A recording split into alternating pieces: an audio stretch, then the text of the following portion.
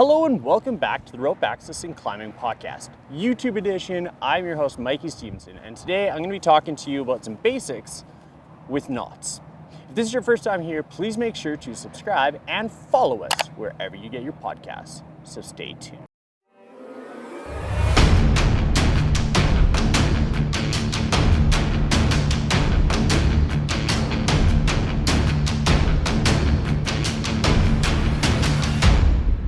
Step into your harness and get ready for a podcast about the vertical world. All right, well, thank you everyone for tuning in to today's episode. Today will be a pretty basic video as well, a pretty short video, I suspect. We are talking about the basics of knots and kind of what their purpose is. Now, kind of disclaimer here is there's a lot of different opinions here. I'm just gonna be talking about some general basics. And also, as you can tell, I'm outdoors, so if it's a little windy, I apologize for the audio. Now, if you haven't checked out my level 1 rope access knots video, I'll link that up here in the top right-hand corner. So go check that out, and then this will kind of give you a description of like what the knot is for and kind of where we can use it, I guess. So a figure 8 knot and a figure 9 knot is primarily used for terminating a rope to an anchor system. So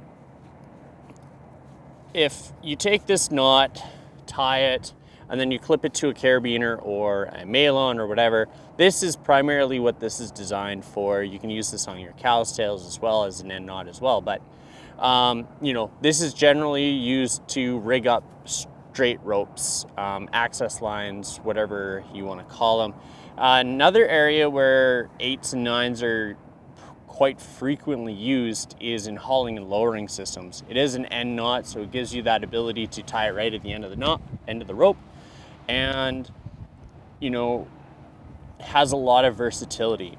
Now, depending on where you get your information from, 8s and 9s, they reduce the strength of your rope around 35 to 50%. Obviously, an 8 will reduce the strength of the rope a little bit more than a figure 9, but not enough to really make a big difference. A difference between an 8 and a 9, aside from the additional half turn, will have to do with the ease of untying it. So with a figure 9, it has this real open construction, has that ability to break the knot. It's easier to untie after it's been loaded for a long period of time. I've seen on jobs where a figure 8 has been tied in a rope and has been sitting there being used daily for months. At the end of the day, it just was easier to cut the knot off, and then update the information at the end of the rope. So it really depends. Short-term use, it's really not going to make that big of a difference, but long-term use, it definitely could. Now, another benefit for a 9 over an 8 would be shock absorption. So if you were to rely on this and you were to have a mainline failure, a figure 9 knot will give you a little bit more shock absorption. That's really because there's more rope in the system and it just kind of bends around the rope that half turn more.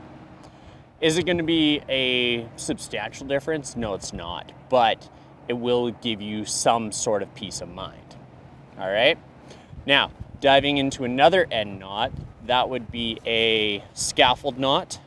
A lot of people talk about scaffold knots to be barrel knots. So, you know, same, just different really. And, you know, this here is what can be used as an end knot. You'll see this very commonly used for the end of the cow's tails, but scaffold knot can be used where you're really worried about the headroom when you're terminating a rope. So if you're going up underneath a roof and you need to get as close as possible, this is really helpful. And then on top of that, hauling and lowering systems. This is the go-to knot for me when it comes to the hauling and lowering systems. the big kicker there is it doesn't allow the carabiner to rotate. So I definitely want to make sure that this is stationary. The carabiner can't rotate. I can't accidentally crossload a carabiner.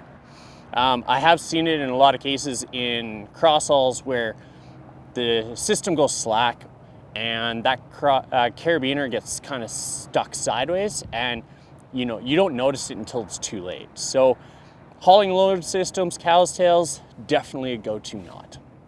Next up is the Alpine butterfly, probably the most commonly tied knot in rope access, excluding your end knots. The Alpine butterfly is a multi-use knot. It's a inline mid-rope knot. It can be loaded in 3 directions, so from one side, second side, and the mid side. Same thing with every other knot. We're looking at 35 to 50% strength loss, obviously condition of the rope, the age of the rope, how steep of a bend it is, all that stuff comes into account. But this here is also used as kind of a universal sign for damaged rope.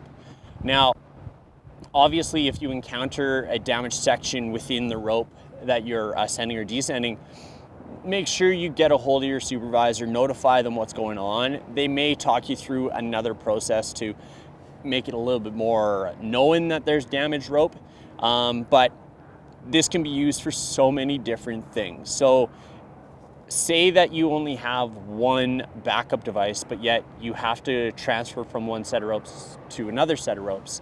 This is a great option to tie in the middle of that new rope, clip your cow's tail on, do that transfer. This will be your backup for the time being until you're virtually plumb. Then you can take your backup off the old set of ropes, put it on above the Alpine butterfly, remove the cow's tail, and then remove the Alpine butterfly. Great option, gives you so many more, abilities to do what you need to do. All right, and then we have the stopper knots. The stopper knots, they are pretty basic, okay? We have our basic stopper knot, which is the barrel knot. The figure 8 or the figure 9 with just a single strand, okay?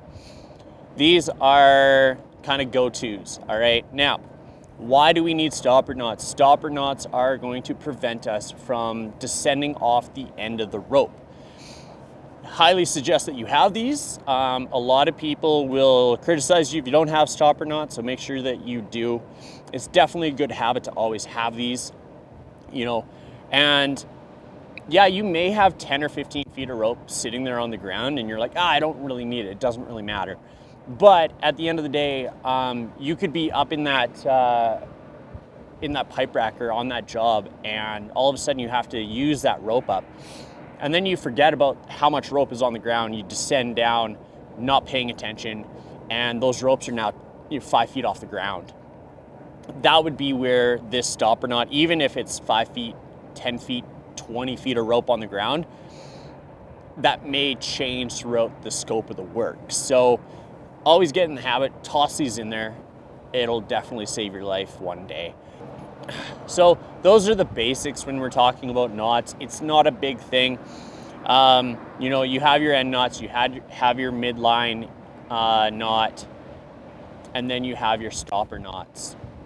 Now, when you start combining those together, so you say you're going into your Y hang. So then you tie an 8 or a 9 on one side and then the Alpine butterfly on the other side. And that gives you that ability to adjust it side to side. Another end knot that I didn't speak about here is the bunny ears or the double figure 8. This is going to go into that Y hang conversation. And, same thing. It is a termination knot. It is an end knot, however you want to describe it. And it's primarily used for small Y hangs. I wouldn't use the bunny ears knot for anything over maybe a meter offset. It does use a lot of rope, so maybe consider the other options for larger Y hangs. Not saying you can't use a bunny ears knot for a large Y hang, but it definitely eats up a lot of additional rope. All right. So yeah, like I said, pretty basic video, pretty quick. Just kind of talking about some general basics and, you know, where you may encounter these knots, what they're used for, and that's about it. All right. So if you like this video, please make sure to hit the like button. Show me your support. It's awesome to always see that. Let me know in the comments down below where you use these knots different from where I explained it. Now, like I said, these are the common places where I encounter this sort of stuff. It's not the end all be all. There is so many different options out there. We're talking about the basic level 1 knots and just kind of giving an understanding of what they're there for. So let me know in the comments below, what are the kind of knots you like to use? I know that there's lots of level 3s and level 2s out there that are doing different things. That's awesome. So yeah, let's spread some knowledge amongst the group here. All right. Yeah, if you haven't already, please make sure to subscribe. It's down here in the bottom right-hand corner. Hit the bell for notifications as I put out new content every Sunday. And don't forget to follow us wherever you get your podcasts. Until next time.